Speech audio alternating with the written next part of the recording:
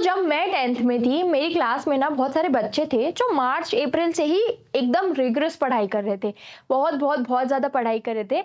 मैं उन बच्चों में से नहीं थी। मैंने लास्ट के 2-3 महीने भी नहीं, अक्टूबर सितंबर से समझो मैंने पढ़ाई स्टार्ट करी थी।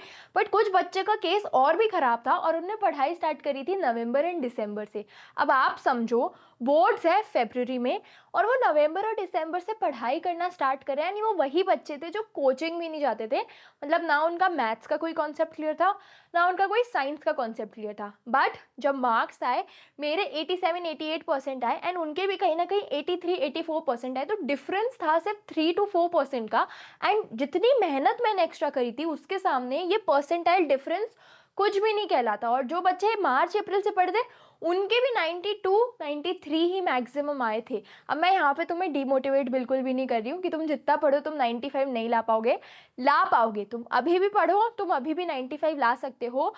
बट यहाँ पे ना सीबीएसई एक चीज़ तो बोल ही रहा है हमें बार बार कि अब एप्लीकेशन बेस्ड क्वेश्चंस आएंगे, केस स्टडीज ज़्यादा आएंगी। Correct, agreed. बट यहाँ पे ना एक और चीज़ है जो हम भूल जाते हैं। हमें लगता है कि हम बहुत बहुत बहुत हार्ड कोर पढ़ाई करेंगे, लिखते जाएंगे। भले लिखने के नाम पे हम एनसीईआरटी ही कॉपी कर रहे हैं, वो फ्रूटफुल नहीं है। तो यहाँ पे आई एम टॉकिंग अबाउट कि क्या तुम लोगों का हार्डवर्क तुम्हारे काम आएगा। हार्डवर्क ऑफ कोर्स काम आएगा, बट उसी के साथ साथ थोड़ा ना बोलते हैं ना बिग ब्रेन, एक तुम्हारे ब्रेन का भी सही एप्लीकेशन इंपॉर्टेंट है। एंड हार्डवर्क से ज़्यादा जो तुम्हें काम आएगा वो होगा तुम्हारा स्मार्ट वर्क।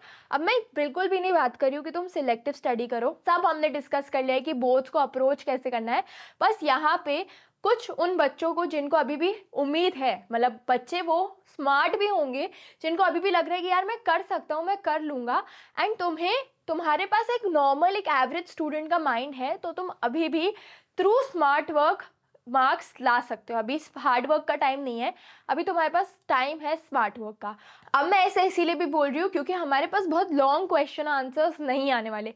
पहले तक तो लर्न लर्न लर्न लर्न और फिर बहुत लंबे लंबे आंसर्स आते थे। But now the case is very different, the case is extremely different. तुम्हारे पास 1 मार्कर 2 मार्कर 3 मार्कर ज़्यादा आएंगे जो सीधा सीधा कॉन्सेप्ट पर होंगे। यहाँ पे थ्योरी का कोई लेना देना ही नहीं है। तो करेक्टली हम स्मार्ट वर्क से अभी भी 90+% अचीव कर सकते हैं। अब यहाँ पे कुछ चीज़ों का ध्यान देना पड़ेगा कि जब 1 मार्कर 2 मार्कर 3 मार्कर ज़्यादा आने वाले हैं तो वो लंबे लंबे क्वेश्चंस हमें थोड़े से ना अवॉइड करने हैं। एंड हमें क्लियर कट फोकस डालना है हमारे कॉन्सेप्ट पर। अब इसी के साथ साथ ऐसी और 4 ट्रिक्स हैं एंड टिप्स हैं जो मैं तुम्हें देना चाहती हूँ, जिसमें से सबसे पहली चीज़ हमारे पास है कि you should practice and practice. Practice and practice मतलब तुम एक एवरेज माइंडसेट के हो, तुम सारे सब्जेक्ट्स कर लोगे, तुम मैथ्स एंड मोमेंट पे नहीं कर पाओगे, तुम फिजिक्स एंड मोमेंट पे नहीं कर पाओगे। सो प्रैक्टिस एंड प्रैक्टिस तुम्हारी बिगिन होने चाहिए फॉर मैथ एंड फिजिक्स जहाँ पे तुम्हारे न्यूमेरिकल्स हैं। एंड अगर तुम अभी नवंबर आए, सपोज तुम 20 के बाद ये वीडियो देख रहे हो, तो तुम्हारे पास दिसंबर पूरा मंथ है, जैन पूरा मंथ है। अगर तुम 2 महीने खुद को डिसिप्लिन में लाके ये 2 सब्जेक्ट्स को डेडिकेट करो and 2 hours a day is well and good, 2 hours a day is enough and well and good, तो तुम बहुत हाइट्स अचीव कर सकते हो। इसी के बाद अब तुमने बहुत टाइम वेस्ट किया है, तुमने बहुत टाइम छोड़ा है, तो तुम सीधा हिस्ट्री में कॉन्सेप्ट्स पर जाओगे तो तुम्हें बहुत डिफिकल्टी होगी समझने की। तो ये टेक्निक मैंने भी बहुत बार अप्लाई करी है, विच इज़ कि तुम्हें पिक्टोरियल मेथड्स यूज़ करने चाहिए पढ़ाई को लेके।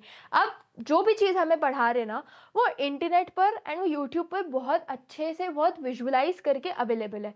तुम क्या कर सकते हो, तुम उस चीज़ को ना एक पिक्चर के फॉर्मेट में देख सकते हो, जिससे तुम्हारे कॉन्सेप्ट्स बहुत बेसिक से ही स्ट्रॉन्ग बनते जाएंगे। तुम्हारे पास थ्योरी नहीं होगी ज़्यादा, तुम्हारे पास सीधा सीधा पिक्चर होगी। जैसे अगर हम बात करें किसी बुक की, हम बात करें मटिल्डा की या Charlie and the chocolate factory की, तुम बुक पढ़ोगे तुम बहुत बोर हो जाओगे, बट वहीं पे मूवी देख के तुम्हें पूरी स्टोरी वैसे भी पता ही होगी।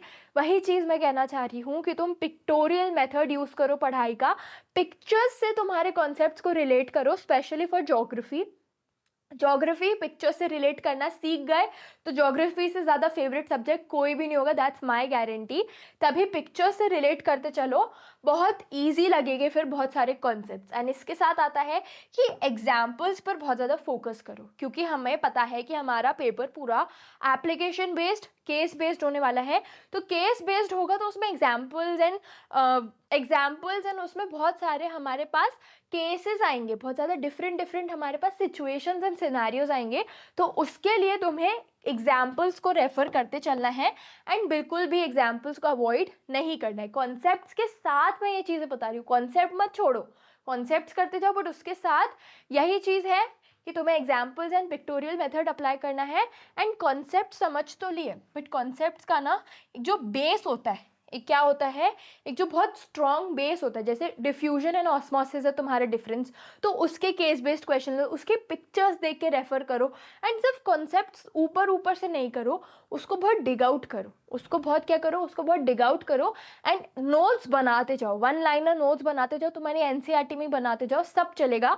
बट कॉन्सेप्ट्स में कुछ भी इंपॉर्टेंट वर्ड दिख रहा है तो गूगल करो, अपने लिए पढ़ाई करो, किसी को बिल्कुल प्रूफ करने के लिए पढ़ाई मत करो यार। मार्क्स तुम्हारे हैं, फ्यूचर तुम्हारा है। अब ऐसी और वीडियोस आने वाली हैं ये मंथ में, ये मंथ बहुत ज़्यादा तुम्हारे लिए चेंजिंग मंथ हो सकता है अगर तुमने सही गाइडेंस फॉलो करी। तो stay tuned and happy learning.